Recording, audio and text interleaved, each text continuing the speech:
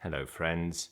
We're going to continue in this video with the course, I suppose it's a course now, in dissolving your separateness from the world. The direct path approach to enlightenment, I suppose. Now, we've done the external world first. That was important because some of the things we're going to some parts of the body and the mind, we do see like objects. So analyzing the external world, breaking down objects, separating out the senses to see them as just awareness is useful for the next few steps. So it's going to come in handy. We've also seen a few, I did add in a few of the body and the mind exercises. So there's 3 stages. There's the external world, checking that that's all awareness. Then we've got the body, and then we've got the mind. I did include some of the body. We've done 2 body exercises so far. The location in the body, where you feel you're located, and we did the illusion of inside and outside, that this idea that I'm inside and outside, we can't actually find where this division is in our direct experience. Now we're going to go onto the body. This video is going to be an explanation of how we're going to approach it and the reason why it's important. It's not going to contain the actual exercises because I did the touch video, which was long, and the explanation was, I think, necessary, but somebody didn't like such a long explanation before the experiment. So I'm just going to do the explanation here. So we've got the body.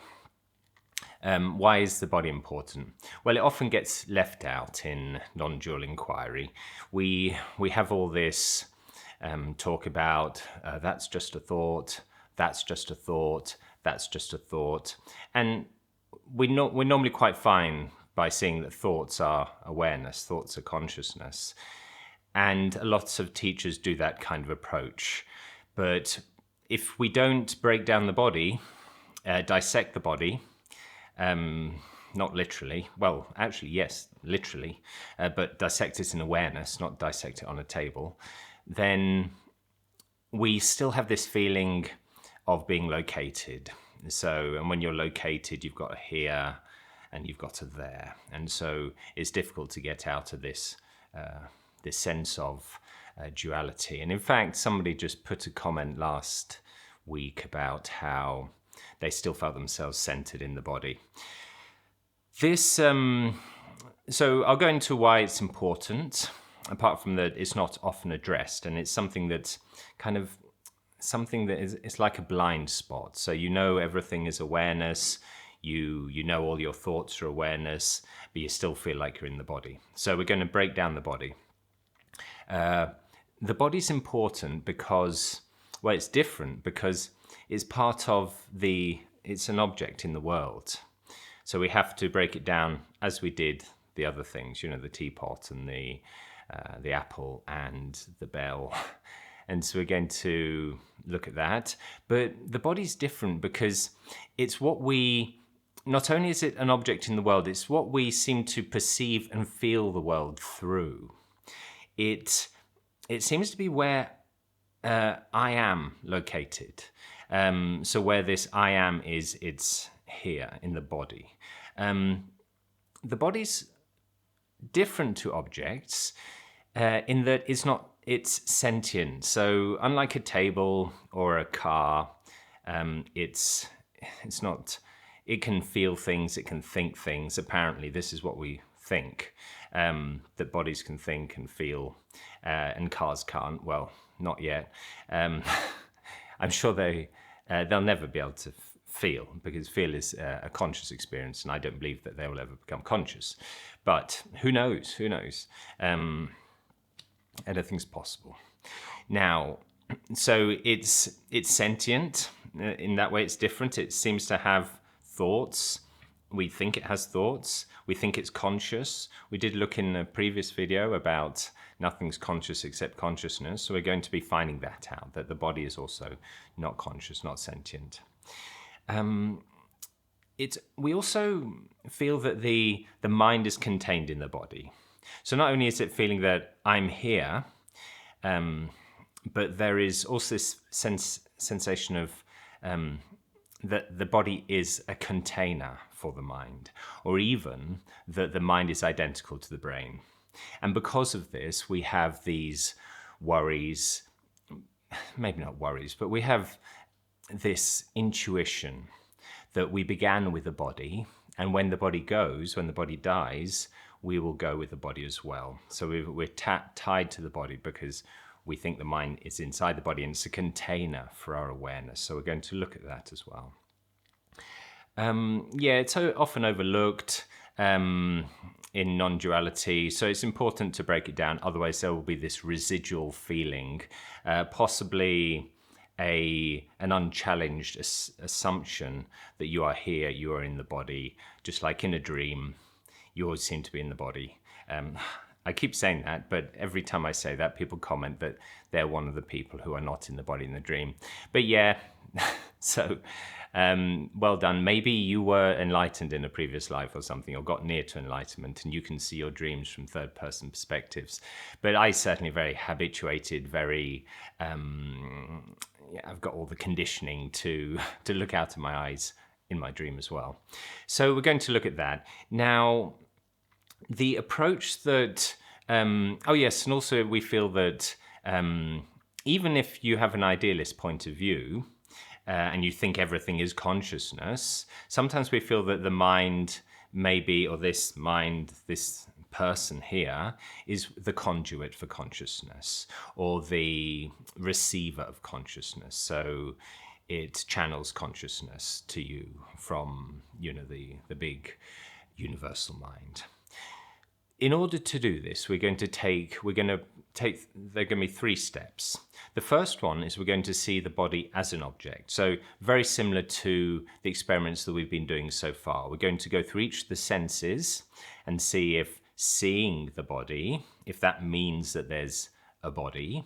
And when you don't see a body, does that mean there is no body, therefore? And smelling and tasting, taste of your mouth and things like that. I love that expression. John Klein used to say it, even your mouth has a taste. And that's kind of, talking about awareness as a feeling that we never notice until we kind of become aware of being aware. Now, so first we're going to see it as an object. We're going to make sure that it's just like any other object. It's just arising in awareness. It's not actually any different from all the other objects that we were dissecting in the first part. Then we're going to see how it's a feeler. So this is this kind of interior aspect that we can feel pain, we think we're touching things. We're going to do some experiments, touching your leg. Can you feel there's 2 things touching? Is it one thing touching? And in either case, we're going to break it down. We're going to look at proprioception. So this is the position that your body's in. So when we did and this is really going to help, it's going to help the things that we looked at in the first video. When we did the touch video, and I was saying, put your hand on the table, now lift your hand off the table, and put your hand on the table again. And I said, in direct experience, is there just touch arising? Or is it that you have a body touching the table? And I'm sure that everybody thought, well, okay, yeah, I can feel the touch of my hand, but I can also feel my arm is there. And yes, my arm leads up to my body, and I'm my body. So therefore, yes, I'm touching the table, subject and object. But no, we were just looking at the actual touch. And we're going to look at the feeling of your arm being in that position, this proprioception, this feeling of a position being held in this part. We're also going to look at pain and movement of the body. Not only, just kinesthesia. We did movement before. It was the last video recorded. And here we're going to, and I said it was just movement of external objects and the locomotion, moving your body, we're going to look at here in the body section. Also, we're going to kinesthesia. And we are going to then, the third part, so we're going to look at the body as an object, we're going to look at the body as a feeler of things, and then we're going to look at the body as a container for awareness, whether the body does contain awareness, and in fact whether awareness does work in containers, because we do think normally that, well, my awareness is in my body, your awareness is in your body. These are containers for awareness. But not only that, we also have like the, are they called matryoshka dolls or babushka dolls in Russia? They have these dolls. We have this nested dolls. We have this feeling that there's containers of consciousness within our consciousness. So some things that we can't reach, things like the subconscious. And I know when I first read this part of the book about the subconscious, I thought, what? I have to let go of the subconscious? But the subconscious is all about psychology, and this really helps me to understand things. But that's one model, and we're going to be doing another model. Also, when we look at the body, we're not going to deny biology. Biology is a great analysis of the objective world, how it behaves, and how to heal the body, and how it works on a biological level as an object. But we're just going to see if it is anything more than an arising in awareness. Biology works very well at describing how this thing that arises in awareness and is made of awareness works. Or maybe it doesn't. Maybe as we then move into the mind section, we're going to tear all that down as well. So even things like consciousness within consciousness, subconscious, unknown parts, things where your memories are held. Now, all of this is in the direct path. So this is very, I wouldn't say extreme, but it's kind of very hard line, really, really just from your direct experience, absolutely no concepts, assumptions that a lot of other non-duality, Advaita Vedanta, for example, they have a lot of this talk of the subtle body, and where the memories are held, and where you've got your tendencies held, and where your karma's held, all these hidden parts. You've got the gross body, and that's actually really is physical.